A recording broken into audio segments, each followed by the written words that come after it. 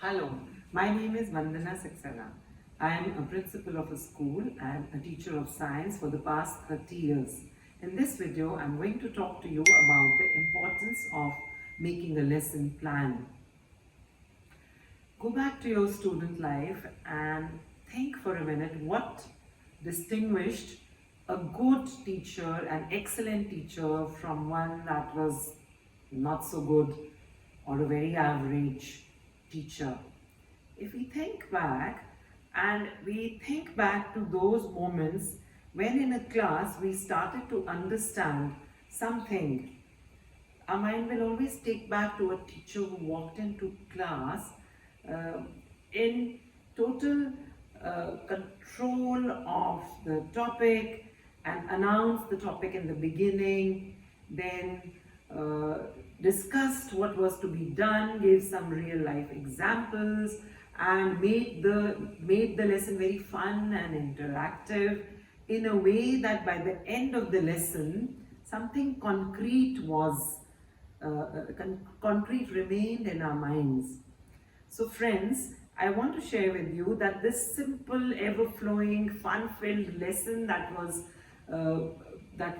implemented in the class was a result of a lot of hard work by the teacher at the back end when the lesson was planned as a sequence, one step following the next step to the next step and taking us to the higher levels of learning. That is the power of lesson plans. I've often heard this amongst the colleagues at school that why lesson planning? I have an experience of 30 years. I have taught the same lesson time and again. I know it like the back of my hand. Why do I need to know the lesson? Remember, the lesson may have remained the same, but things around are not the same. First and foremost, the class, the students whom you're going to teach it to are different. The second thing is the environment, the global changes around us are very, very new. And each time the real life examples that we have to quote to the children so that they learn better are different. Also, there are so many different theories of learning. Depending upon the suitability and the usage of that theory of learning at that moment in time, the lesson has to be planned in a different way. Also, what is important is that use of innovative pedagogies in teaching is a clear indication that using different strategies needs different steps to teaching of the lesson.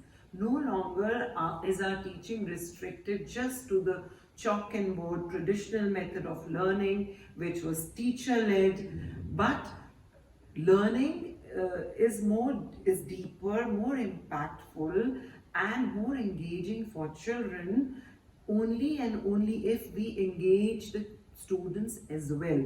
So, and there are so many new different ways and innovations that have been included in the pedagogies to learning. For example, in collaborative learning, there could be project-based learning, then there is outdoor learning, there's experiential learning, so on and so forth. But use of every pedagogy in an effective manner requires us to plan in very simple steps, beginning with knowing the objective of the lesson, knowing the specific objective of the lesson or what are the learning outcomes we expect from the learner, to connecting the lesson to the prior knowledge of the child, use of a trigger to engage the child in a better way, or using guided practice where after teaching a concept you allow the children to experiment with the concept in front of you for the first time to see have they begun to understand the concept, or the use of accommodations in the classroom, because we have to address equity and we have to make the classroom more inclusive. You can work on a time variation, you can use a little video, or you could use some artwork for children to be able to explain the same concept to different children, the diverse learners in the classroom, or the ability of a teacher to gauge and understand side by side through use of informal ways of assessment whether the child is internalizing the concept. To cut the long story short, as teachers we must know that learning is essentially happening in the head. We don't have a peekaboo into the head of the child, but what we have access is to the change of behavior of the child, or how are the possible ways in which that learning can be made visible in the classroom. So a good teacher and a great teacher plans every step of the lesson very carefully. Doesn't matter if you are stepping into the class for the first time, or you could be stepping into the class for the 100th time. Each time we become better with the lesson planning. That is the key to being a great teacher or an excellent teacher, and should never be overlooked. I have also heard this conversation in the staff room often where teachers are saying, this is a waste of time. And teachers are copying from each other. एक ने बना लिया, चलो मैं भी copy कर लेती हूँ as a compliance measure.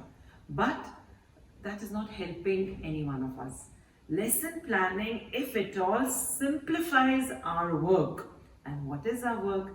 We are working to help children learn better. We are working to help children come out with their own insights.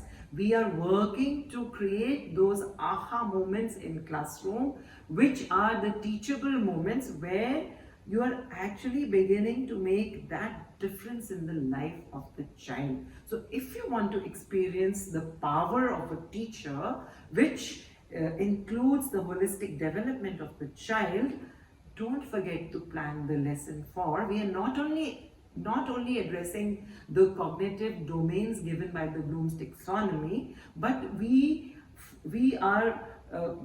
want the children's emotions and the heart to be touched as well. And for that, it's very important to step outside the textbook and create your own lesson. So remember and don't forget to plan the lesson before you enter the class.